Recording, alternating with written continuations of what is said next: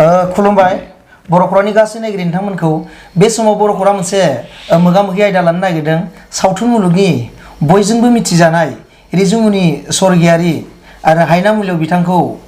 माइनाव बर' होननानै जों बयबो मिथिना मोनो आब' नोंथांखौ बरायग्रोनाय जाबाय बर'खरानि जानानै खुलुमबाय आब'नाव सोंगोन आङो नोंथांनि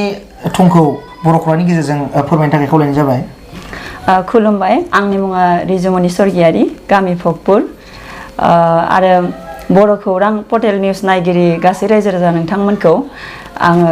गोसो गोरबोजों खुलुमनाय जासिहरग्रोबाय आब'नाव सोंगोन आङो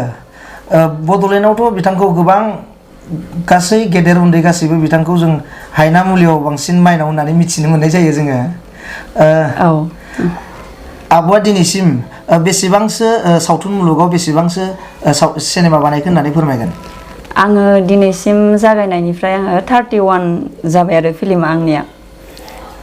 गासै माने एलबाम फिल्म शर्ट मुभि गासैबो माने टटेल आरो 31 जाबाय आरो आच्छा नोंथांजोआ बेखिनि सावथुन बानायनायाव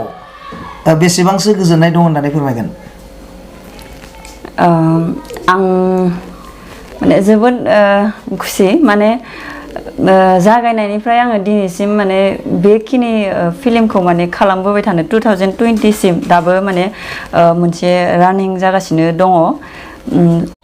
आच्छा नोंथांनि बे सावथुनाव नोंथाङा जुदि बाहागो लानायाव नोंनि आइ आफा बिदा फंबाय सोरबा नोंखौ थिनहरग्रोनानै बाहागो लादोंमोन ना नों गोसो जानानै बाहागो लादोंमोन होननानै फोरमायगोन फार्स्टआवथ' आङो बिदि आं सासे एक्ट्रेस जागोन बा फिल्म जेनेबा सावथुन मुलुगाव बेफोरबायदि ओंखारगोन आंहा बिदि जेबो थांखि गैयामोन जेबो साननाय गैयामोन खिन्थु आं फार्स्टआवनो माने सासे डान्सारसोमोन आरो बिराद मोसानो मोजां मोनखायो उन्दैनिफ्रायनो ओमफ्राय बे समाव आगोल आंनि जिहेथु गोसो गुदुं आं मोसानो मोजां मोनो बेखौ माने जोंनि आदा आयंनि फिसाला अजित सरगियारि बे आदाया माने आंनि इन्टारेस्टखौ नुनानै गोसो गुदुंखौ नुनानै माने मिउजिक स्कुलावहाय एडमिसन लानो थाखाय माने सावरायलायदों जाहैदों आरो न'आव बे एसे उन्दैनि बाथ्रा मोसानो थाखाय ओमफ्राय बिनिफ्राय आङो माने न'खरनि हेफाजाबजों ओमफ्राय आंनि नाजानाय आंनि जिहेथु गोसो गुदुं ओमफ्राय बेजों माने आंखौ माने मिउजिक स्कुलावहाय एडमिसन होनानै आं बिदिनो सासे मोसागिरि मुङै बै समाव आं मिथिजाग्रोदोंमोन आरो बिनिफ्राय आङो मोसानानै बिदिनो दाब दाब जायगायावबो आं गोबां प्रग्राम खालामनो खाबु मोनदोंमोन बे समाव क्लास 9, 10 बे समावमोन आरो बिदिमोन आरो उन्दै समावनो आरो एसे ओमफ्राय बेफोरबायदि प्रग्राम खालामै आङो माने मोनसे जोंनि मिउजिक स्कुलनिफ्रायहाय जोंखौ माबा बेकग्राउन्ड डान्साराव माने मोसानो लांदोंमोन आरो मोनसे फिल्माव मोजां मोनबा दामोनमोन आरो बे फिल्मनि नामा बेखौ डिरेक्सन खालामदोंमोन कमलेश्वर बसुमतारी बिथाङा डिरेक्सन खालामदोंमोन ओमफ्राय बे समावहाय आङो एसेबां इदि ओरैनो मोसानोल' मोजां मोनो नालाय बिदि सावथुननि बागै आं जेबो मिथियामोन आरो बे समाव ओमफ्राय मोजां मोनबा दामोन फिल्मावहाय आं इदि बेकग्राउन्ड डान्सार खालामखांनायनि उनाव एसे माने गोसोआव माबा मोनसे बिदि फिल्म लाइननि माने इदि फिल्म खालामनो बा एक्टिं खालामनो एसे गोसो जानाय जादों आरो बे समनिफ्रायसो आं माने सावथुन मुलुगाव हाबजेनदों आरो नाथाय नोंथांजोखौ बांसिन हायनामुलियाव गोबां फेमास जानायखौ जों नुनो मोनदों नाथाय नोंथांजोखौ माइनाव होननानै गासैबो फ्राय मिथियो नाथाय गोबां नायनोबो लुगैयो मानसिफोरा आरो नोंथांमोना हायनामुलि बानायबावगोन नामा हायनामुलि दाथ' आङो बेनि बागै आं दा जेबो बुंथ'नो हाला बानाया खिन्थु आं ओरैनोथ' 7 पार्टआवहाय अलरेडि जोंखौ माने होखारहरनाय बिदि पार्टआव दंमोन आरो ओमफ्राय दा मा फैगोन बेखौ लिरगिरि बिथांमोनासो मिथिसिगौ आरो आच्छा नोंथांनाव आरो सोंगोन बर'नि गोबां सावथुन मुलुगनि मानसिफोरा आथिखालाव गोबां राजखान्थिफोरजों इनभल्भ जादों नाथाय नोंथाङा बिसोरनि सायाव माबा मोनसे बुंनो गोनां थागोन नामा आङोथ' दा जेरै फैलाया जादों आं जेनेबा फैला बिथांखौ सासे एक्टर हिसाबै सिनायो बिथाङा दा जेनेबा बिथांनि ओंखारलांनाय बा राजनितिकआव ओंखारनायनि बागै आं जेबो जेनेबा बुंनो आंहा जेबो बुंनो माने माबा गैया आरो गावबा गाव व्यक्तिगत बिथाङा जुदि जाय जेखौ मोजां मोनो बिदि बेवहाय आंहा जेबो नों हिसाबै माबा मोनसे जेबो इन्टारेस्ट गैया आरो ना इदियाव सावथुन मुलुगनि बादै आं दा जेनेबा सावथुन मुलुगावनो दंथ'यो नालाय आं बेयावनो दंथ'यो आरो बेनि बागै आं जेबो बेवहायनो गोजोननाय दं बेनि बागै आं जेबो बुंनो सानाखै नोंथांनाव आरो सोंगोन आङो इयुनावहाय नोंथाङा सावथुन मुलुगाव मा बानायलांबावगोन होननानै मिजिं थिदों आंथ' दा फैबाय थानाय समफोराव उन्दैनिफ्राय डान्सार हिसाबै आङो बिराद माने सासे बिराद मोजां मोसागिरि बिदि जानो गोसो आरो आं जेसेबां माने मोसानो मोजां मोनो बेनिख्रुइ बांसिन आं गुबुनफोरखौ फोरोंनानैबो मोजां मोनो उन्दै इयुन जोलैफोरखौ माने आङो फोरोंनानै बांसिन मोजां मोनो आरो दा बिदि हिसाबै आं सासे करिय'ग्राफार जानायनिबो आंहा माने गोसो दंमोन मिजिं दंमोन दा बेसेबां आवगायलांनो हायो खिन्थु ओरैनो मोसानाय स्टेप बानायनाय ओमफ्राय आरो एलबामफोर जेनेबा करिय'ग्राफार खालामनाय बिदि शुटिंफोराव करिय'ग्राफार खालामनाया एसे डिफारेन्स जायो मानो होनबा केमेरानि एंगेलफोरखौबो मिथिनो गोनां जायो आरो दा आं बेसिम एसेबां माने मिथिजोबा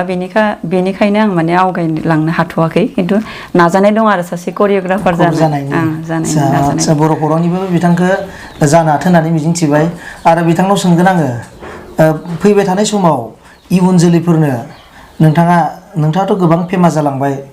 हायना मुलि बहननाय आरो बायदि बायदि गोबां सावथुन मुलुगजों नाथाय फैबाय थानाय यां लाइमोनफोरनो नोंथाङा मा मेसेज होगोन सावथुन मुलुगनि बागै आङो बेखौनो बुंनो सानो जेनेबा सावथुन मुलुगाव फैनायनि आगोल मोसानायानो जा एक्टिं लाइनानो जा जायखिजाया माबा मोनसे बिदि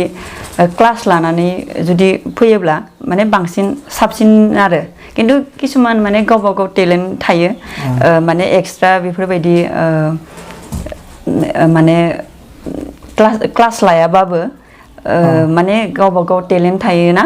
माने गावबा गाव रोंगौथि थायो एक्सपिरियेन्स थायो बेफोरजोंबो आवगायलांनो हायो खिन्थु लानानै फैखाबा मोजां आरो गावनिनो मोजां बिथां रिजुमनि सरगियारि बिथांनाव आङो गोबां सावथुन मुलुगनि खोथाखौ सोंबाय आं बिथांनाव दा गावारि बाथ्रा सोंनो नागिरदों आच्छा आब'आ आथिखालाव मा मावबाय थायो आङो दाथ' ओरैनो MA कमप्लिट खालामनानै दङ ओमफ्राय इउ एन एकाडेमि स्कुलावहाय प्राइभेट स्कुलाव आं ओरैनो मिउजिकनि हाबनानै दंथ'यो आरो मिउजिकनि थाखाय आच्छा मोजां आब'नाव आङो सोंगोन नोंथाङा मा मावनानै मोजां मोनो आं ओरैनो थाबाथ' इउटुब चेनेलखौनो नायो ओरैनो थानाय समाव आरो ओमफ्राय बिदिनो नोंनि इयुनावहाय नोंथाङा मा मिजिं दंबावो आं माने सासे आङो बे कालचार लाइनजोंनो माने माबा मोनसे निजि माने गावनि आथिङाव गसंनो हानाय माबा मोनसे मावनो लुबैदों आरो आं करिय'ग्राफार जानो जोबोद गोसो थांना थानायनि राहा हिसाबै ओरैनोथ' आङो उन्दैनिफ्रायनो आं बे मोनसे आरो आं बेथ' जेनेबा प्रफेसनेलसो जाहैबाय ओमफ्राय आं ओरैनो माने सासे टिचार जानो लुगैयो जेखियानो जा जेनेबा मिउजिक लाइननिबाबो बा जायखिजाया टिचारखौ मोजां मोनो आरो टिचार जानो हाथों बर' खौरांनिफ्रायबो साबायखर जासिबाय आरो आब'आ मा जानानै मोजां मोनो ओंखाम ओंख्रिनि मादाव आङो अमा बेदरखौ बांसिन गोथाव मोनो दाउ बेदरखौलाय दाउथ' ओरैनोथ' बेदरनि मादाव आं अमाखौनो बांसिन मोजां मोनो आरो बर' नालाय अमाखौनो जानो मोजां मोनसिनो आरोना आच्छा थिगानो दं होमबा आब'आ नोंसानि न'आव सोर दं बिनि एड्रेसखौ खोन्थानाय आब'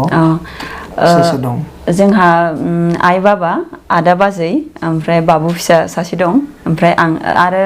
आंहा आब'मोन साब्रै दंमोन दायो आब'मोनखौ हाबा हरबाय जों दा 6 जन जायो आरो बाबुजों आब'नाव सोंबावगोन आङो नै दा 2020 मायथाइयाव माबा मोनसे फैनो गोनां सावथुन दंबावो नामा गोदान औ दायो शुटिं जोब्बाय बे फिल्माहाय पंकज लाहारी आदानिनो आदसा फिल्मनि नामा बिसम्बि बिसम्बि औ बेयो माने 2019 निफ्राय जागायनानै नै दा 2020 आव जोब्बाय आरो आदसा इयाव नोंथाङा मा रल लादों होननानै फोरमायगोन आङो बेवहाय हिर'नि माने उन्दै समनि बिमा आरो आदसा थिगानो दं जोबोद इन्टारेस्ट जागोन नामा नायनो फिल्मखौथ' मानि मोजां बेस खालामनानै बानायदों माखौ बेस खालामनानै बेयो माने गोदोनि जारिमिनारि गोदोनि जारिमिनारि फिल्म जागोन बेयो माने स्ट'रिखौथ' आं जोबोद मोजां मोनदों आरो मोजाङानो जागोन फिल्मा आब'निफ्राय होमबा जों गोबां सावथुन मुलुगनि बागै मिथिबाय आरो गोबां गावारि बाथ्राखौ मिथिबाय बिथांनाव आङो लास्ट कुइसन हिसाबै आङो आब'नाव सोंगोन आङो फैबाय थानाय यां जेनेरेसन बिथांनो नोंथाङा सासे सावथुन मुलुगनि सासे मुंदांखा सासे एक्ट्रिस हिसाबै मा मेसेज होनो सानदों माबोरै जानांगौ बोरै सावथुन मुलुगाव फैयोबा माखौ लाग्रोनांगौ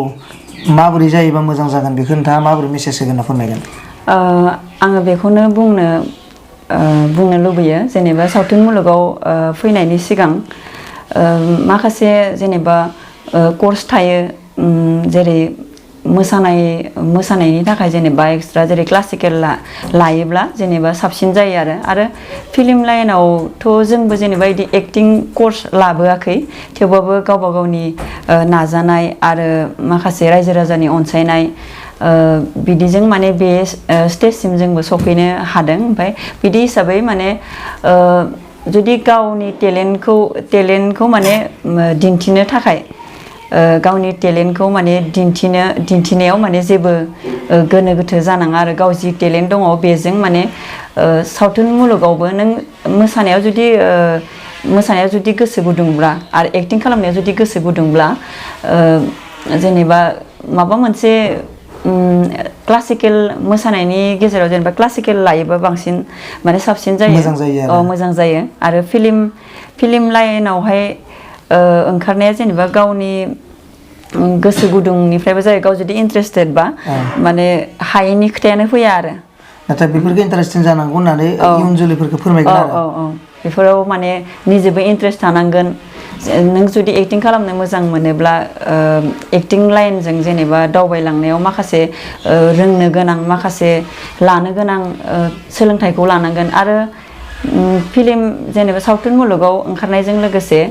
गावनि सोलोंथाइखौबो लांफाबाय थानाया जोबोद गोनांथार आरो जोबथारनायाव आं बेखिनिखौ बुंनो लुबैयो दिनैनि मोगा-मोगि लानाय आयदायाव जुदि माबा मोनसे गोरोन्थि जालांदोंब्ला बेनि थाखाय आङो सिगाङावनो निमाहा बिखानाय थाबाय लोगोसे बर' खौरां नायगिरि गासै रायजो राजा नोंथांमोननिसिम आं बेखिनिखौ खावलायो जाहाथे बे चेनेलखौ जुदि साबस्क्राइब खालामाखैब्ला नोंथांमोनखौ आङो साबस्क्राइब खालामनो थाखाय खावलायनाय जाबाय लोगोसे आंखौ दिनै बर' खौरांनि जानानै आंनि न'सिम फैनानै आंखौ बरायनायनि थाखाय रोजा रोजा साबायखर थाबाय बिथां रैजुमनि स्वर्गीयारि बिथाङा जोंनि बर' खौरांनि मोगा-मोगि आयदायाव बिथाङा गोबां फैबाय थानाय इयुन जोलैफोरखौ बिथाङा मोजां मेसेज होबाय आरो बेखिनि सम होनायनि थाखाय बर' खौरांनि साफ्रोम नायगिरि अनसायगिरि नोंथांमोननिसिम अननाय आरो खुलुमनायजों बेखिनि सम होनायनि थाखाय आब'निसिम साबायखर बावनानै दिनैनि बे मोगा-मोगि आयदाखौ बर' खौरां नायगिरिनिसिम गिबियावनो फोजोबनाय जाबाय खुलुमबाय